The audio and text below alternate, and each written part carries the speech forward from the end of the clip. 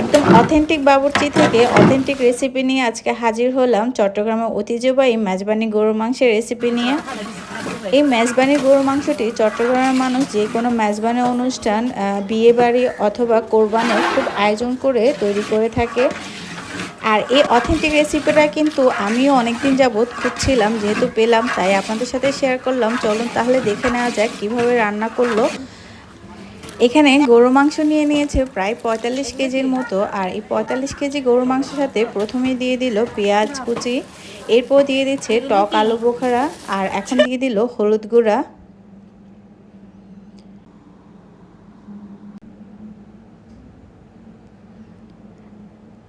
এরপরে দিয়ে দিবে মরিচ গুঁড়া। আর এখানে পরিমাণগুলো কিন্তু বাবুর্চি নিজের মতো করেই দিচ্ছে যে কতটুকু লাগবে এই গরুর মাংসের সাথে। এরপর তেজপাতাকে এভাবে ছিঁড়ে দিয়ে দিতে হবে ভালো করে।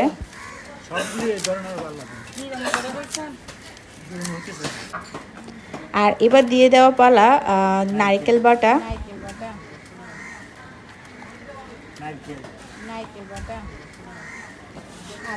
আর এরপরে দিয়ে দিচ্ছে আদা বাটা।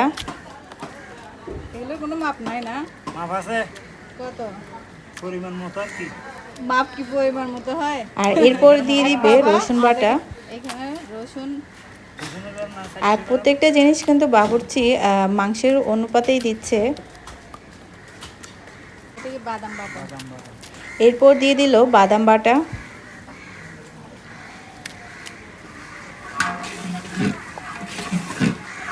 আর এখন দিয়ে দিবে লাল সরিষা বাটা। আর এখানে কিন্তু লাল সরিষা বাটাটাই দিতে হবে। আর এই সরিষাটা বাটাটা দিলে কিন্তু অনেক টেস্ট ভালো আসে। লালটা মানে কি কালোটা না? লালও একটা আছে। আর এই পর্যায়ে দিয়ে দিচ্ছে টক দই। টক দইটাও পরিমাণ মতোই দিয়েছে। গরম মশলা। আর এখন একটা টালা মশলা দিবে। আর এখানে রয়েছে জায়ফল, জয়ত্রী, এলাচ আর দারুচিনি।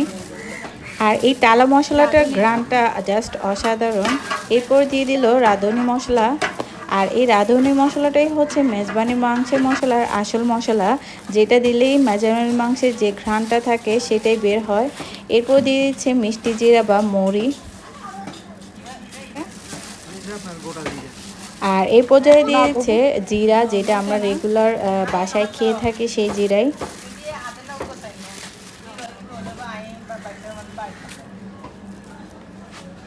Soya sauce. আর এখন দিচ্ছে সয়া সস।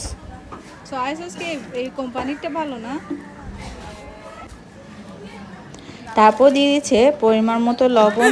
লবণটা পরবর্তীতে কম বেশি করে দেওয়া যাবে।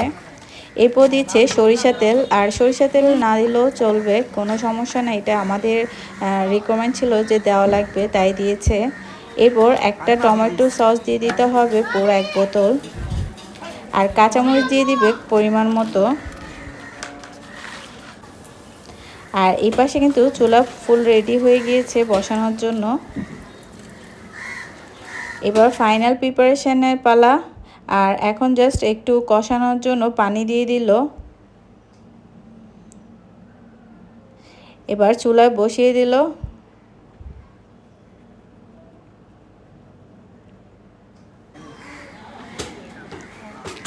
আর চুলায় বসানোর পরে কিছুক্ষণ পরে বাবুর্চি উল্টিয়ে দেখছিল যে মাংসগুলো কষানো হয়েছে কিনা, ভালো করে বলক আসছে কিনা। আর যখন ভালো করে বলক চলে আসবে এবং মাংসটা ভালো করে কষানো হয়ে যাবে, এই পর্যায়ে দিয়ে দিবে সিদ্ধ করার জন্য পানি।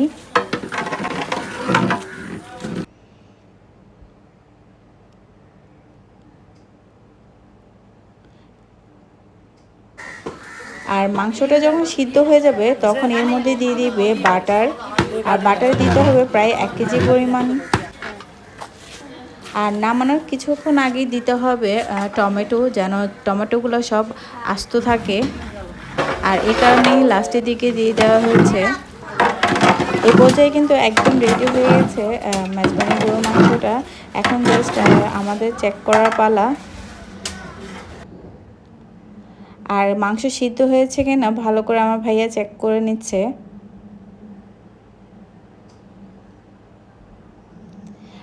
আর মাংসে সব কিছু ঠিকঠাক থাকার পরে দিয়ে দিল ধনেপাতা। আর এই ধনেপাতা দিয়েই কিন্তু ঢাকনা দিয়ে রাখবে ফাইনাল রেজাল্টের জন্য। আর ফাইনাল রেজাল্টটা কিন্তু অসাধারণ ছিল, খুবই সুন্দর একটা কালার আসছিল।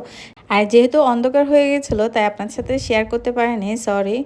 আর রেসিপিটা কেমন লেগেছে কমেন্ট বক্সে অবশ্যই জানাবেন। ভালো থাকবেন সবাই, আসসালামু আলাইকুম।